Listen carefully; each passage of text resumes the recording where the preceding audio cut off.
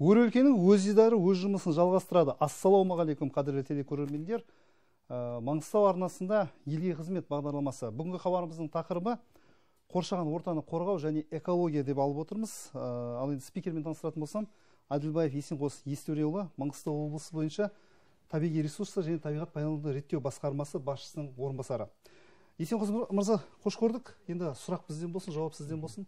Әңгімеміз оркестриясын былай бастайық. Енді өзіңіз еңбек ететін мына басқарма қандай мемлекеттік қызмет түрлерін көрсетеді? Содан бастайық. Рахмет, Нұролы мырза, сұрағыңызға. Жалпы басқармамыз жаңағы өзіңіз айтып өтіп кеткендей, табиғи ресурстар және табиғат пайдалануды реттеу басқармасы. Яғни табиғатпен басқармамыз тікелей байланысты деген сөз. Жалпы басқармаға келетін болсақ, онда 3 мемлекеттік қызмет түрі көрсетіледі. Мемлекеттік біріншісі екінші санаттағы объектілер үшін әсер етуге арналған экологиялық рұқсат беру. Екіншісі жаңағы жергілікті атқарушы органдармен жүзеге асыратын мемлекеттік экологиялық сараптама қорытындысы болып табылады. Үшіншісі жаңағы біздің басқармамызға тиесілі 2 орман қоры бар. Сол орманда ағаш кесу және орман билетін беру деген мемлекеттік қызметтермен жұмыс жасайтын боламыз. Анықтама үшін айтып өтейін. 2021 жылы 1 шілдеден бастап өзіңізге белгілі жаңа экологиялық кодекс қабылданды. Жаңа экологиялық кодекс қабылданғаннан кейін оған жаңағы нормативтік құқықтық актілері, одан кейінгі өзгерістер болды да, манағы біздің жаңағы мемлекеттік қызмет түрлерінің аттары өзгерді. Бұрын яғни жаңағы ескі атауы 2-3 санаттағы объектілер үшін қоршаған ортаға эмиссия беру болатын болса, ал қазір тек қана 2 санаттағы объектілер үшін әсер етуге арналған экология рұқсаттар болып өзгерді. Ал екінші мемлекеттік қызметіміздің түрі, ол бұрын 2-ші, 3-ші, 4-ші санаттағы объектілер үшін мемлекеттік экологиялық сараптама қорытындысы болса, қазір жаңағы жергілікті атқарушы жүзеге асыратын мемлекеттік экологиялық сараптама қорытындысы деп өзгерді. Яғни санаттар алынып тасталды. Сондай өзгерістер бар қазір біздің басқармамызда. Жалпы мемлекеттік қызметте көрсету тәртібінде барлығы бізде 100% электронды e-lines деген .kz деген сондай программа арқылы беріледі. Яғни біз табиғат пайдаланушылармен басқармада ешқандай жаңағы орысша айтқанда контакты жоқ. Яғни байланыс жоқ. Яғни баяғыдай қағазбастылық жоқ. Қағазбастылық жоқ. Тек қана жаңағы порталмен жібереді өтініштерін, сол порталмен қаралады. Дұрыс болса дұрыстығын береміз. Жаңағыда қате болса, онда толықтыруға кері қайтарылады. Ол толықтыруларды уақытылы орындамаса, онда арнайы шақырып, әңгімелесу жүргізіп, бас тартуға тура келеді. Жалпы ондай жағдайлар болды ма? Ондай жағдайлар болып тұрады. Мысалға өзінің арнайы уақыттары бар. Қарағаннан кейін жаңағы кей кезде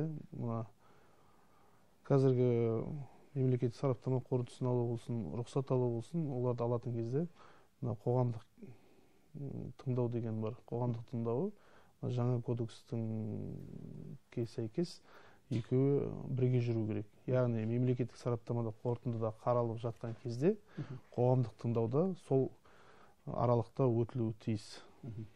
Бұл яғни сол қарап жатқан сарапшының, бас сарапшының сол қоғамдық тыңдау қалай өтеді, халық қарсы ма, қарсы емес пе, сол жағдайларда ескеру үшін осындай мүмкіндік беріп қойған.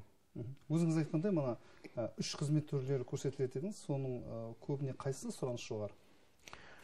Көбіне айтатын болсақ, нақты айтатын болсақ, қазір жаңағы мемлекеттік қызмет көрсетудің енді қазір бізде облысымызда өндіріс күннен дамып келе жатыр, мекемелер ашылып жатыр, жаңа құрылыстар соғылып жатыр, жаңағы өндірістік мекемелер деген сияқты. Сол себептен мына 2-ші санаттағы объектілер үшін әсер етуге арналған экологиялық рұқсаттар көп сұраныс, соған өтініш көп түседі.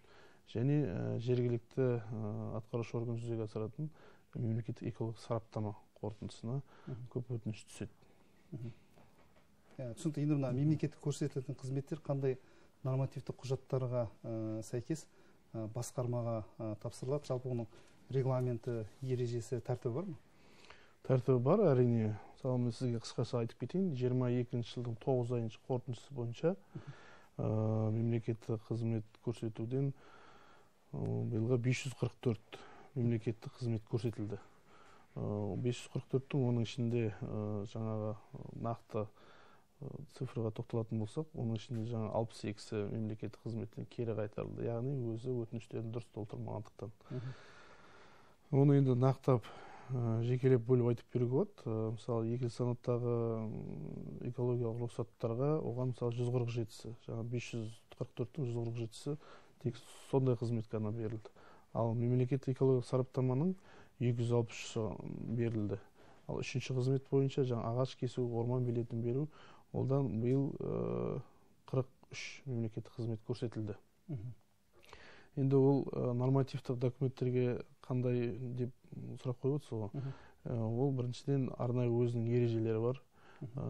Экология министрлігінің бұйрығымен қабылданған 2021 жылғы нөмір 319 бұйрығымен және нөмір 317 бұйрықтарына сәйкес сол беретін мемлекеттік қызметтердің жаңа алғашқы екі түрі осы нұсқамаға, қағидаларға сәйкес беріледі. Ал үшіншісі жаңа орман билетін беру, ол ауыл шаруашылық министрлігінің өзінің қағидасы бар, арнайы бекітілген 18-2/405 деген бұйрығымен бекітілген. Осындай. Енді жаңағы үшінші мемлекеттік қызметке тоқталатын болсақ, жалпы мысалы 21 жылы 41 орман пайдаланушыға, яғни орман пайдаланушы, жанама пайдаланушы дейді. Яғни мына бізде Маңғыстау облысымызда 2 орман мекемесі бар. Жалпы орман жамылғысы 254 мыңның үстінде. Соның ішінде көбіне сам орманында жаңағы шаруашылықтар орналасқан. Яғни сол жердің жергілікті өзіміздің жаңағы халқымыздың жеке кәсіпкерлері, шаруашылықтары бар. Сол шаруашылықтар мысалға 21 жыл 41 шаруашылық қожалығы осы жайылымдылықтар үшін жер берілген уақытша пайдалануға. Әрине ол жаңағы орман билетін алады, арнайы осы орман билетін негізінде салық төлейді.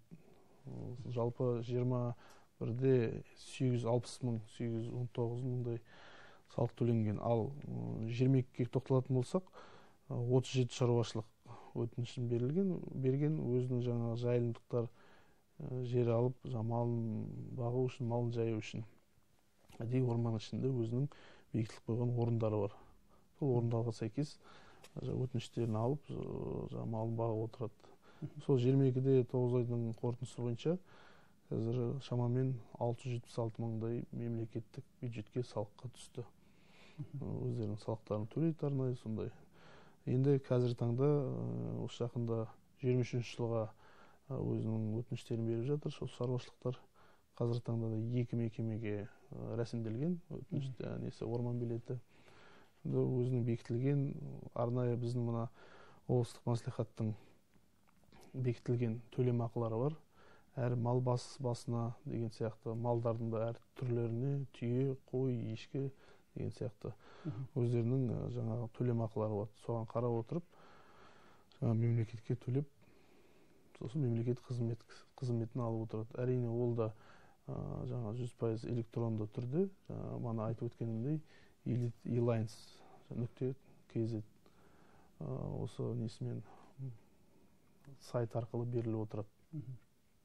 Енді мына қазіргі таңда қоғамдық тыңдаулар қалай өтіп жатыр? Қоғамдық тыңдауға келетін болсақ, қазіргі таңда 600-тың үстінде қоғамдық тыңдау өтті осы күнге дейін, 22 жылы.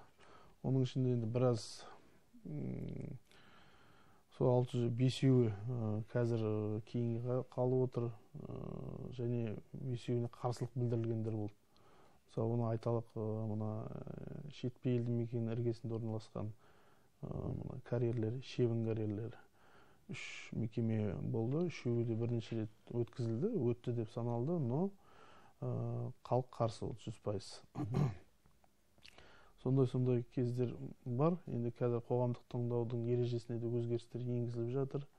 Халықтың жаңағы несін ескеру керек, өзінің ұстанымдары бар, ұсыныстары бар деген сияқты. Енді ол жаңағы шетпен карьерінің 23-тен бастап, 1 қаңтардан бастап, жалпы мына карьерлерге жер беру елді мекеннің шекарасынан 1 шақырым жерде ден кейін ғана беріледі. 1 шақырымға дейін тыйым салынады деген сондай заң күшіне енеді. Жер қойнауын пайдалану жөнінде кодекске сәйкес. Сондай қарсылық білдіріп жатыр. Сосын мына мұнайлы ауданында да болды, ондай қарсылықтарына периттік агарок деген болған, сол разведкеге. Оғанда халық қарсы шықты. Осындай жаңа карьерлерді аштырмаймыз деп қоғамдық тыңдауларда. Негізі қазір халқымыз белсенді, яғни өзінің құқықтарын біледі. Ол әрине жақсы. Бұрынғымен салыстыруға келмейді дейсіз ғой? Бұрынғымен салыстыруға келмейді. Яғни әр азамат өзінің құқығын білу міндетті. Себебі ақпаратқа қолжетімді ғой? Қолжетімді. Біз жаңағы қоғамдық тыңдаулардың қорытындыларын сайтқа шығарып отырамыз. Арнайы бекітілген сайты бар. Республика бойынша хаттамаларын шығарамыз, видеосын тіркейміз сол жерде. Сол жерде халық көре алады. Енді қоршаған орта экологияның негізі ұғым деп айтады. Жалпы енді қоршаған ортаға тоқталатын болсақ, экологиялық ахуал қалай өзімізде? Экологиялық ахуал енді қазір басқа облыстармен салыстырғанда, мысалы Қазақстанда тұрақты, Қазақстанда мысалы бірнеше ауаның ластануы деген кейбір облыстарда өте жоғары деңгейде көрсетілген. Оның ішінде мысалы Ақтау қаласы оның тізіміне кірмейді. Салыстырмалы түрде, яғни тұрақты, бір қалыпты. Қазір енді шешілмеген мәселелер де бар, оны енді жаймен шешіліп жатыр. Жаңағы ХГМЗ деген бар, АЗПМ-дегі жатқан қалдықтар, оның бәрі қазір республикаға, АЗПМ-дегі қалдық республикаға берілді. Жасыл даму акционерлік қоғамына. Ол енді баяғына кеңес дәуірі тұсында қалған нелер ғой? Бұл былай болған, заводта кезінде жаңағы химиялық реагент ретінде материалдарға әкелінген. Кейін оның жаңағы сақтау мерзімі өткеннен кейін ол міндетті түрде қауіпті қалдық болып өтіп кетеді, қауіпті қалдыққа. Сондықтан сол жылдан бері жатқан қалдық, ол қалдықты біз 2018-де соттың шешімі республикаға берілді. Оның ішінде 211 түрлі жаңағы қалдықтың түрі бар, қауіпті қалдықтардың. Жасыл даму биылға қаражат бөлді, 43 миллиондай. Сол жаңа қалдықтардың түрін зерттеу, лабораториялық анализдер жасауға енді осы бұйырса 23-тен бастап бюджетте қаражат қаралған. Сондай-ақ бұған кешенді бағдарлама дейді облыстың. Кешенді бағдарламаның ішінде де бұл іс-шара тұр. 23-ке, 24-ке жаңағы жою жөнінде қаражаттар бөлінген. Сонымен қатар мына Жаңаөзен қаласында іргесінде орналасқан жаңағы Альпсенаман деген, сосын Му-3, ЦППН деген осындай жаңағы мұнайдың қалдықтары, амбарлары орналасқан. Енді оны біз сәтті жаңағы республикаға берілдік. Республика кейін оны жаңағы өзінің арнайы ережесіне сәйкес саттыққа шығарып, қазір мекеме жаңағы жою жұмыстарымен айналысып келе жатыр. 5 жылдың шамасы болды. Қазір бір учаскені толықтай жойды, екінші участокты ол да жоюдың қасында 3-ші участокты бастап жатыр. Яғни министрлікпен араларында келісімшарт, контракт бар. Жұмыстар жасап кетті. Сонымен қатар 11 жаңағы шлам жинайтын орындар Жаңаөзен мұнай-газдың контракттық территориясында. Онда соттың шешімі шығып, қазір Өзен мұнай-газдың мекемесіне міндеттелді, сол жерде жою жөнінде. Олар да жұмыстарын бастап кетті. Жаңағы Қазмұнайгаз бен экология министрлігінің арасында меморандумға отырып 5 жылдық. Сол 5 жылдық меморандум негізінде жыл сайын қаражат бөліп, конкурстық негізде жұмыстарын жүргізіп жатыр. Енді мына Маңғыстау облысының экологиялық проблемаларын кешенді шешу жөніндегі жол картасын бекітілген білеміз. Ол енді экология министрлігі мен жергілікті атқарушы органдар, яғни әкімдік арасындағы келісім негізінде бізде енді негізгі бір проблемалар қандай өзі сол картаға кірген және де оның шешімі қалай болып жатыр? Иә, жол картасы деген бар бізде. Жол картасы жаңа өзіңіз айтқандай министрлікпен келісілген, облыс әкімімен бекітілген. Оның ішінде 36 түрлі іс-шара қарастырылған. Сол 36 түрлі әртүрлі жаңағы тақырыпты қамтиды. Тақырып болғанда жаңағы іс-шараларды қамтиды. Жаңағы оның ішінде өндірістік мекемелердің де жаңағы мұнай қалдықтары бар. Сол жою жұмыстары. Одан кейін иесіз қалған қалдықтарды жою жұмыстары көрсетілген. Одан кейін құм тоқтату жұмыстары, елді мекендерді құм басып жатқан елді мекендердің құм тоқтату үшін жаңағы сексеуіл егу жұмыстарын жүргізу. Одан кейін мына кеше елбасымыз, президентіміз айтып кеткендей, мына солтүстік Каспийге итбалықтарды қорғау мақсатында резерват құру. Одан кейін мына оңтүстігімізде жаңағы Қапланқыр заповедник дейді ғой, соны қаумал, соны құру. Сол сияқты бірнеше мәселелер. Одан кейін жаңа экология ағарту ішінде жұмыстары бар. Жаңағы пропаганда деген сияқты. Сондай бөлімдерге бөлінеді бұл шара. Қазір енді біз 6 ай сайын есеп беріп келеміз.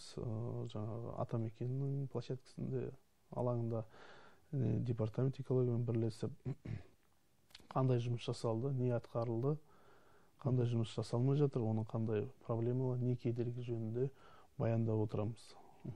Енді мына қоқыссыз таза табиғат атауымен республиканы қамтыған үлкен сенбілік бастау алды. Ол енді оның бастаманы президент Қасым-Жомарт Кемелұлы Тоқаевтың ұсынысымен жүзеге асып бастады. Енді байқап отырсақ, жалпы шеті жоқ сенбіліктер көбейіп кеткен сияқты. Әр сенбі күні немесе былай күндерде сенбілік өткізу. Оның бір нәтижесі бар ма? Себебі кейде байқаймыз, сол жартас, сол қоқыс үйіліп жатады. Ол сонда сенбіліктердің де нәтижесінің болмаған ба? Қалай? Талдау жасайсыздар ма? Талдау жасаймыз, анализ міндетті түрде жасаймыз. Ең бірінші мына жерде тазалаған жерде емес, таза ұстаған жерде ғой. Сондықтан әр жаңағы осы өлкенің азаматы өзінің жаңағы жасаған жерінде, я болмаса демалған жерінде өзінің жерін тазалап сөйтіп отырса, онда мұндай жаңағындай иесіз қалдықтарда, бейберекет жасалып жатқан мусорларда көбеймес еді. Яғни олардың жаңағы экологиялық мәдениетті қалыптастыру дегенді алып келеді ғой, қойып отқан сұрағыңыз. Халыққа айтатын болсам, осындай жаңа экологиялық мәдениетті қалыптастыру керек. Әр кішкентай азаматшадан бастап үлкен азаматқа дейін өзінің жүрген жерін таза ұстап, мысалы бір жерге демалса сол жерді тазалап деген сияқты. Сосын үйден шыққан құрылыстар бар, құрылыстың қалдықтары бар. Сол мәселеде қазір өзекті проблемалардың бірі болып тұр. Енді ол жаңа сенбілік жыл сайын жасағаннан одан енді жасаған әрине жақсы. Одан нәтиже шығару үшін ең басты жаңағындай инвесторлар көп тартуымыз керек. Яғни құрылыс қалдықтарын өңдейтін арнайы площадкалар ашылса, қазір мына жаңа құрылыстар салынып жатыр. Құрылыс қалдықтары шықпайды емес, шығады. Осы қалдықтарды реттеу, кәдеге жарату деген сияқты. Сосын тұрмыстық қатты қалдықтар бар. Қазір енді облысымызда ол бойынша жасалып жатыр. Кәсіпкерлер де бар, өзінің ниет білдіріп отырған. Және бастап кеткенде кәсіпкерлер бар. Осы мына Сайын елді мекенінің ар жағынан 52 шақырымда бір кәсіпкер қазір өзіне жеке полигон, тұрмыстық қатты қалдықтайтын және қайта жаңағы сұрыптау цехы салып жатыр, жаңа кешенді.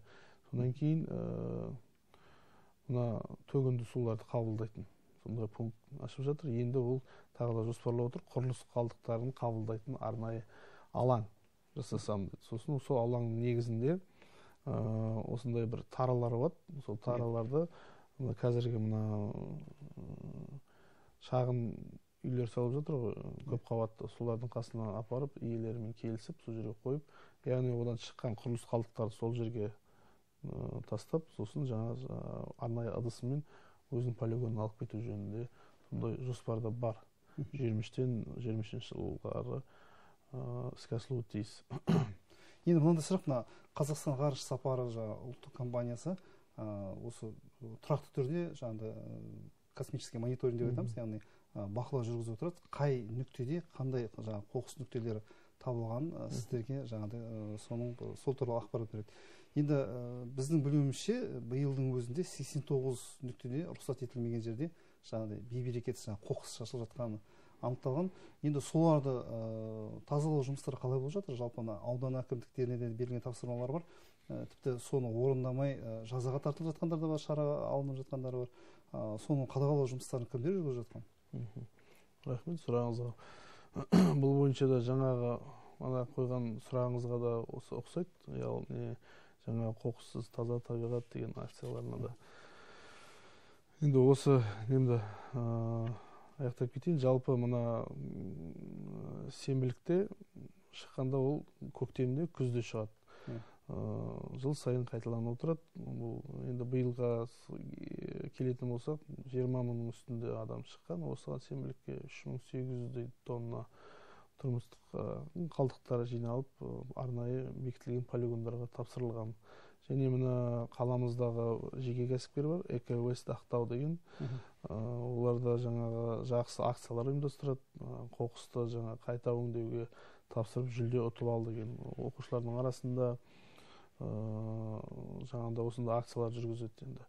Яғни жаңа айтқан экологиялық мәдениетті қалыптастыру бірден бір үлесі деп айтуға болады. Биыл 13 мың килограммдай жинаған оқушылардың өздері өздерінің жақсы сыйлықтарын алып, оқушылардың арасында сондай бір қызығушылық болған. Енді ол жаңа қоқыстардың ішінде жаңа бөтелке, картон, пластикалық бұйымдар деген сияқты. Сондай. Енді бұл экологиялық мәдениетті сауаттылықты арттырудың бірден бір жолы деп есептеймін. Яғни сіздің манағы қойған ғарыш сапары деген мониторинг көмегімен түсірілген 22 жылы айтайын, 89 нүкте анықталған. Жалпы Ақтау, Мұнайлы, Жаңаөзен, Қарақия қалаларында. Енді оның қазіргі таңда 57 жойылды. Енді хабарымыз аяқталуына азғантай уақыт қалды. Енді мына Үштаған, Тұщықұдық, Шебір және Сенек ауылдарында құм тоқтату жұмыстары алдағы жылдар жалғасын табады ма? Қысқа нұсқа жауап берсеңіз. Үштаған, Тұщықұдық, Шебір жұмыстарын алдағы кездерінде қазір біз Бейнеу орманына берілді. Бұл 4 елді мекендегі құм тоқтату жұмыстары. Яғни ол жұмыстарды одан әрі күтіп ұстау үшін арнайы орман мекемесіне берілді. Ол жерге 4 орманшы, 8 көмекшісімен штат ашылды. Қазіргі егіліп тұрған 3236 гектар жерге.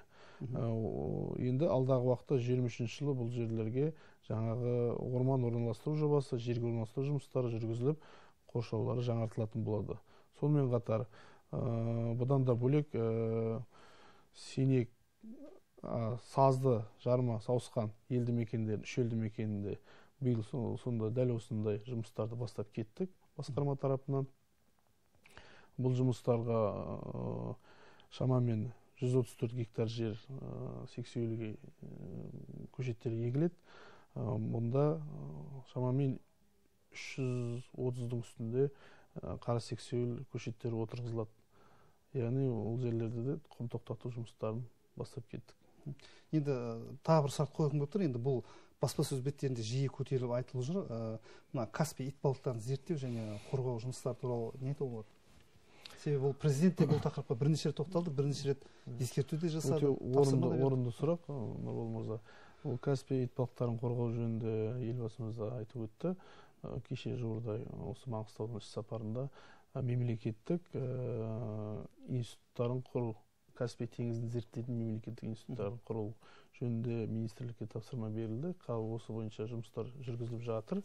Сонымен қатар итбалықтарды жаңа арнайы өзінің аралдары бар. Осы жаңа солтүстік Каспийде осы жерлерді резерват құру арнайы осы итбалықтарды қорғау мақсатында. Сонымен қатар осыған дейін қандай шаралар істелді десеңіз, қазір мына Тұщы компаниясымен жылда дәстүрлі түрде теңіздің ішіндегі қалдықтарды тазалау жұмыстары жүргізіліп келеді. Бұл жұмыстар өзінің жеке тапсырыстарымен енді биыл алатын болсақ, шамамен 5000 тонна қоқыс шығарылды. Оның ішінде яғни жаңағы торс етке, балықтың жаңағы төлендерге зиян келтіретін пластикалық бұйымдар деген сияқты. Бұған біздің басқармадан өкілдеріміз қатысып, осы күз айында қорытындылаған болатын. Арнайы өзінің брифингтерінде де мәлімдеген. Бұл жұмыстар енді қазіргі осы облыстық әкімдікте балық басқармасы ашылды. Осы балық басқармасы тікелей осы итбалықтың жаңағы одан әрі қорғау жұмыстарына деген тікелей араласатын болады. Және осындай жаңағы теңіздің ішіндегі санитарлық тазарту жұмыстарында алдағы жылдары жалғастырылу қажет басқарма арқылы. Түсінікті. Енді Есенғұс мырза, маңғыстаулықтарға айтарыңыз бар ма? Маңғыстаулықтарға айтарым, осы жаңағы баяндамамда айтып өткендей, әр азамат өзінің табиғатымызды қарашығындай, көзінің қарашығында сақтауымыз керек. Және жүрген жеріміз, тұрған жеріміз таза ұстап, осы болашақ ұрпаққа деген осы табиғатты дәл осы қалпында одан да жақсартқан күйде жеткізуіміз біздің парызымыз. Түсінікті. Есенғұс Естерұлы, сізге көп рахмет. Уақыт тауып келіп, біраз нақты сұрақтарға тұшымды жауап бердіңіз деп ойлаймын. Енді жұмыстарыңыз жемісті болсын. Әрине оңай емес. Енді экология сақшысы деген үлкен жауапкершілік жүктейді. Енді абыройлы болыңыз. Алдағы уақытта мен ойлаймын, әлі талай осы студияда кездесеміз. Себебі барлығын бір қысқа уақытқа сыйғызу мүмкін емес. Сұрақ көп, енді жауаптары да бар. Сол енді сәттілік тілеймін. Бұйырса тағы да жолығып, тағы да сұхбаттасамыз деп өзім ойлаймын. Қадірлі телекөрермендер, осымен елге қызмет хабарының кезекті санын аяқтаймыз. Эфирде келесі жүздескенше аман сау болыңыздар.